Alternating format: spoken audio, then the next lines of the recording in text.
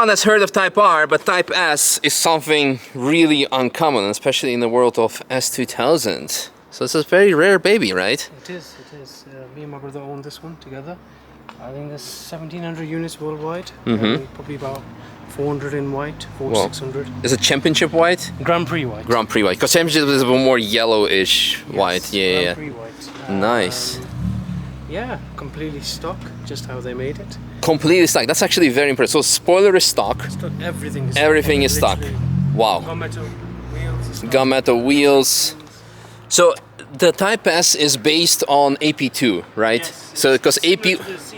Yeah, so AP1, for people who do not know, is the very first gen of the S2000s. Comes with a 2-liter engine, revs up to 9,000 RPM, but the problem is the chassis, because for whatever reason it's, I think, on 16-inch with a massive sidewall, so it's a real death trap to handle. So then came the AP2 with the current upgrade, so I guess it's 17s? Yeah, 17-inch with proper tires, lots of upgraded suspension bits. The engine is also stroked to a 2.2 and the RPMs are dropped to 8,000 something, like 8.2, 8.4. And you have much more torque, maybe not as much RPMs, but much more torque, which helps a lot with drivability. But the death trap disability is the main upgrade. You can actually send it. And then in the case of Type S, I guess bumper is different. Yes. So side skirts, front. And it looks somewhat aerodynamically. Yeah, it looks subtly aerodynamically enhanced. And definitely with the wing. Now, a teaser, I have driven the car already. And for a fully stock car, it's one of the best cars I've ever driven. Like, brakes didn't fade throughout the whole lap. Suspension, perfectly fine and compliant. Engine, enough power. I mean, you'll see it in a bit. And you've seen probably some bits from the intro where we had some really good fun with a fantastic 997 GT3 driver. So the car is on Bridgestone Potenza tires, Potenza Sport. Stock brakes, stock calipers, stock everything, stock suspension. Maybe let's open the bonnet just to show the beautiful engine. But otherwise, as mentioned, they're probably still inside. I didn't take them. So 6-speed manual with a beautiful gear knob. And yeah, that's it. It doesn't have like any traction control or anything, right? I think just, yeah, it has VSA, but it doesn't intrude really. It doesn't do much. No. Oh, beautiful. Yes. That looks so good. Iron Man. I love it. I love it. Comes from factory. Yeah, beautiful. Does have ABS, I did notice that, so that's good. Yeah, fantastic. And already like everything factory, and look at that. Pretty lightweight battery for a factory car. Everything is made for proper driver's delight. Yeah. I don't know what else to say. I mean, specs, as mentioned, 2.2, around 8,000 RPM, I think 240 something horsepower. Yeah, weight is like 1,200 something kilos, I think. So, yeah, beautiful. Rear-wheel drive, 6-speed manual, just like you would want, absolute peak of a track car. Fantastic. I mean, I wouldn't know what else I would want to say. Except for thank you very much for this experience. Thank you. Thank you. It's been fantastic, and I hope you guys will enjoy the video. Yes. And as much as you will do. I can send it now myself, I think, seeing as you've told me. The car is perfect. Cool. Like towards the end, the brake pads started to perform slightly less, but the brake pedal was still firm. So just like watch out with when you like go lots of braking. Keep that in mind. But otherwise, fantastic car. Mwah. Alright, we are on track. Let's put away our lap tickets. I don't think this car came... mode push. I don't think it came with any like traction control or whatsoever. Usually JDM cars have it there, so I think it's a pure driver's car. So we do not have to switch that off. Forgot to ask about ABS. But yeah. Anyway, AP2. So this means it's like 8,000 RPM, much more torquey than AP1 because of additional 200cc, because Gen 1 AP1 had a 2-liter engine that would deliver less power, less torque, but 9,000 RPM. Very nice, but the chassis was a death trap. 16-inch wheels with the massive sidewall made the car really undrivable. Whereas this, it's especially the Type S, the sportier version, is quite nice. Even the first few corners while the tires are still cold. Woohoo! I'm liking it. This is really, really good. I cannot see the RPM gauge too well because of the GoPro, everything for the content for you guys. So I'm just gauging roughly that we're somewhere around 8,000 there. Do not need to look for the red line. I do need to look for some wet spots because it's been on and off. Which camera didn't like it? Oh, okay, so this is not that great because content. Is that this one? Let's see. I guess so. For whatever. Huh?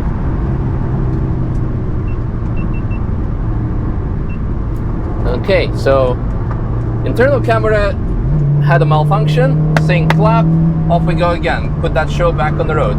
What I was saying until GoPro for whatever reason decided to stop recording is that we have a very interesting week when it comes to the weather conditions. It's been raining and sunny every hour differently, therefore track might be wet around the corner. So I really need to pay attention to the track's conditions, and also occasional oil spills, of course, as well. But what I can tell you is that so far, with me driving this car and having this conversation with you, the setup of the pretty much stock Type S is very confidence inspiring. I don't know the speeds we're doing. I always drive on feeling, so that's something you can gauge. So if I can be comfortable enough going with the relatively old car through Schwedenkreuz while having a conversation with you guys, things quite good.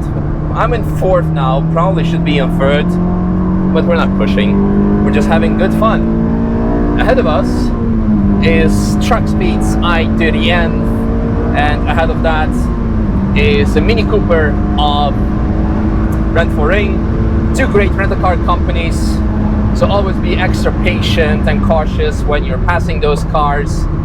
Which should be good now. Yep. Yeah, and extra caution here. And also here, Hungarian plated Skoda Felicia.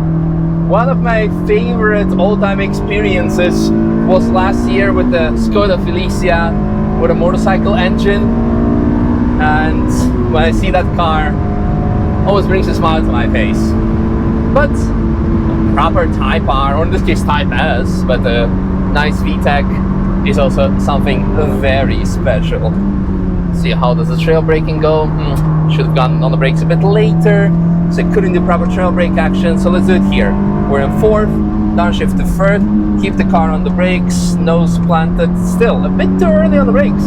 The problem is, the last few days I've been really driving lots of high powered cars like our M4, the GT3, and they need to go much earlier on the brakes because, well, the car is much faster. Just checking whatever is loose in the passenger seat. Well, something is loose, but... And now I'm actually a bit too early on the brakes. So trail braking needs to be adjusted.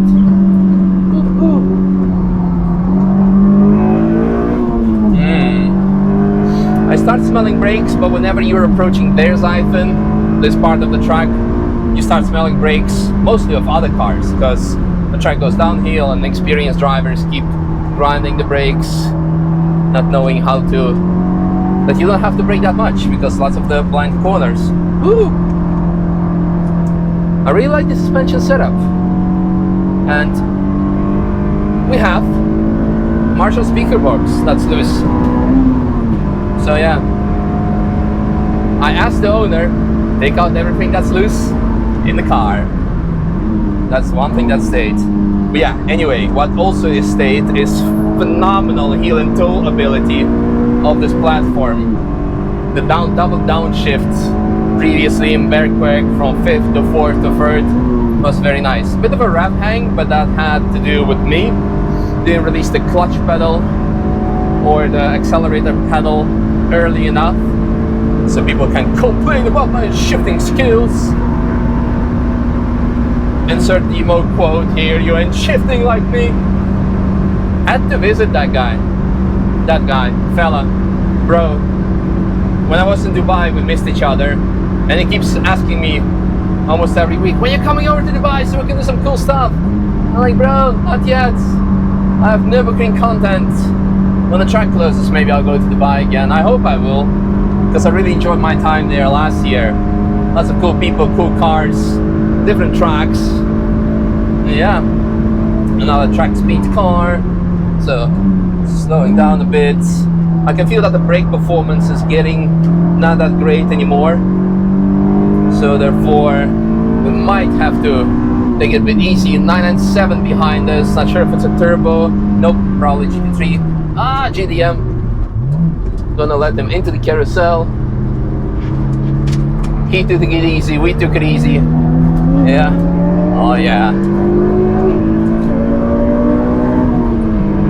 Because of JDM layouts, the indicators are on the right, not on the left. 5 series, no 3 series, sorry. That's also a 3 series. GT3 is very cautious with overtaking a rental car.